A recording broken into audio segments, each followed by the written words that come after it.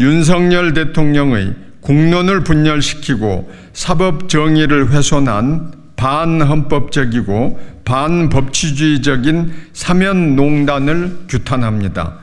윤석열 대통령이 지난 14일 8.15 광복절 특사로 김태우 전 강서구청장을 사면했습니다. 법원 후 유죄 판결이 확정된 지 89일째 보궐선거를 5실8일 남겨둔 시점입니다. 법무부가 발표한 사면 이유는 정치사회적 갈등 해소입니다.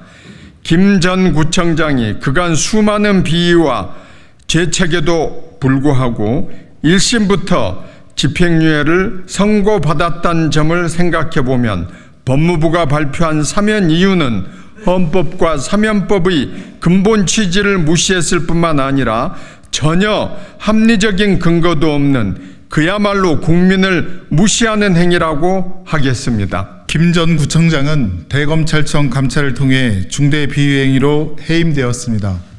당시 대검이 발표한 감찰 결과에 따르면 첫째, 건설업자나 정보 제공자 등으로부터 수회에 걸친 골프 접대를 받고 둘째, 260만 원 상당의 향응을 수수한 점이 대검에서 사실로 확인된 바 있습니다.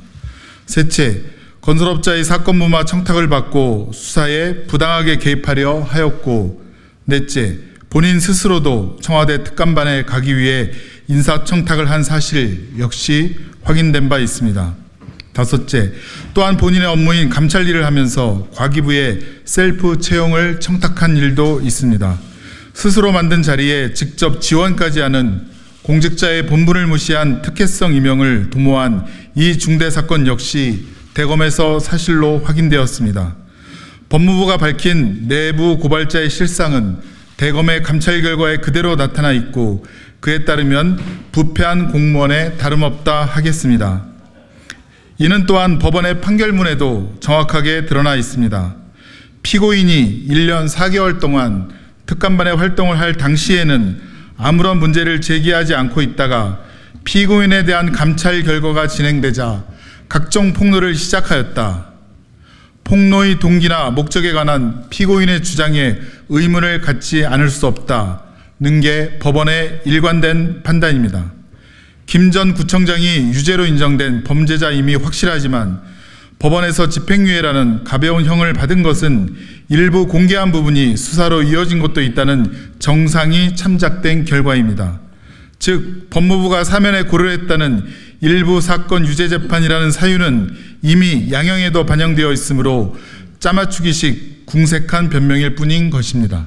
국민 여러분, 사면권은 대통령의 고유 권한이지만 헌법의 기본 질서를 근본적으로 침해하면 안 되는 내재적 한계가 분명합니다.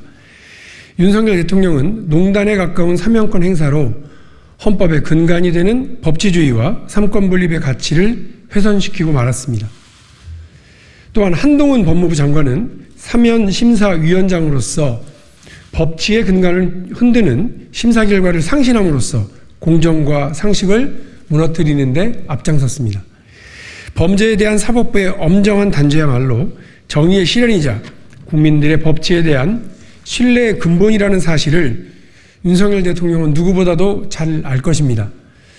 헌법 정신과 원칙에 어긋난 사면으로 인해 국민 통합은 저해되고 정치 사회적 갈등은 심각해지고 있습니다.